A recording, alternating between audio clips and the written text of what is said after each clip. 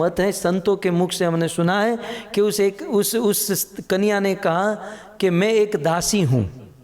उस कन्या ने क्या कहा? मैं एक दासी हूँ, इसलिए उसका नाम हो गया एकादशी। एक दासी हूँ ऐसा कहने से उनका नाम ही पड़ गया एकादशी। अथवा भगवान ने कहा कि आज की तिथि एकादशी है, आज के दिन तुम्हारा जन्म हुआ, इसलिए मैं तुम्हारा नाम एकादशी रखता हूँ। और उस समय भगवान विष्णु ने कहा कि देवी, तुमने मेरा इतना अच्छा कार्य किया है, इसलिए मैं तुम्हें ऐसा वरदान दूंगा, न भूतो न भविष्यति। न भूतकाल में ऐसा वरदान किसी को दिया था, न भविष्य में मैं किसी को ऐसा वरदान दूंगा। मैं ऐसा वरदान दे रहा हूँ। और वो वरदान क्या था?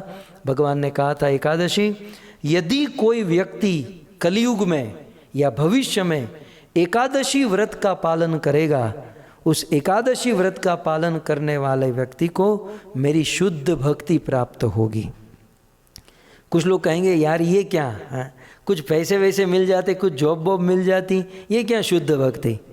सो भक्तों, आपकी जानकारी के लिए कह दूं, इस दुनिया में गाड़ी बंगला, पैसे, नौकर चाकर, ये सब तो थोड़ा सा पुरुषार्थ करे, थोड़ी मेहनत करे, थोड़ी अक्ल दिमाग चलाए तो ये सब कुछ मिल सकता है। लेकिन इस दुनिया में सबसे कठिन, सबसे मुश्किल जो है वो है भगवान की भक्ति।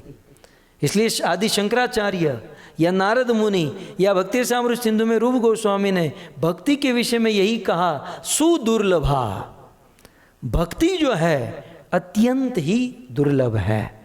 और ऐसी दुर्लभ भक्ति एकादशी व्रत का पालन करने से प्राप्त हो जाती है। इसलिए हम सबको एकादशी व्रत का पालन करना चाहिए। एकादशी के दिन हमें अन्न नहीं खाना चाहिए। इसके 7 प्रमाण मैंने आपको बताए। अब इसका 8वां प्रमाण है। अब ये कथा को भी एक प्रमाण ले लो तो 8 प्रमाण हो जाएंगे। और आगे इसका प्रमाण विष्णु धर्मोत्तर में लिखा है। विष्णु धर्मोत्तर में कहते हैं, ब्रह्मचारी गृहस्थो वानप्रस्थो यथा यति।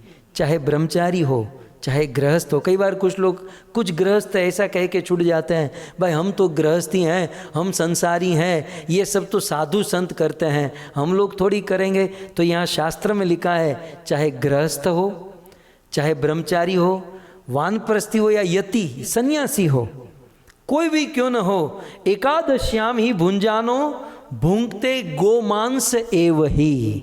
भक्तों, ये बिल्कुल दिल को दहला देने वाली बात है। ध्यान से सुनिए, एकादश्याम ही भुंजानो, एकादशी के दिन कोई अन्न खाएगा तो भूंगते गो मांस एव ही, वो अन्न नहीं खा रहा, वो गाय का मांस खा रहा है। एकादशी के दिन अन्न खाना वो गाय के मांस के बराबर माना गया है। प्रमाण विष्णु धर्मोत्तर शास्त्र में, वेद में कहा गया है। और एक प्रमाण आपको दूं, एक एव नर पापी नरके नृप गच्छति। बहुत सुंदर यहाँ पर स्टाइल से भगवान, स्वयं भगवान कहते हैं कि यदि कोई पाप करता है, ध्यान से सुनिएगा, एक एव नर पापी नरके नृप गच्छति। यदि कोई पाप करता है तो वो अकेला नरक जाएगा। ध्यान से सुनिएगा, यदि कोई पाप करता है तो वह पाप करने वाला आदमी अकेला नरक में जाएगा। लेकिन यदि कोई एकादशी के दिन अन्न खाता है तो वह अकेला नहीं, अपने सारे परिवार को साथ में लेकर नरक में जाएगा। प्रमाण में शास्त्र, एकादशी अन्न भोजी यह पितृ भी सहमज्जति। एकादशी के दिन अन्न खाने वाला पितृ भी अपने पूरे परिवार को साथ में लेकर नरक में जाएगा। इसलिए भक्तों, पाप करना अच्छा है, पाप करने से केवल हम ही नरक में जाएंगे, लेकिन एकादशी नहीं रहने से हम तो जाएंगे, पूरे परिवार को लेकर जाएंगे।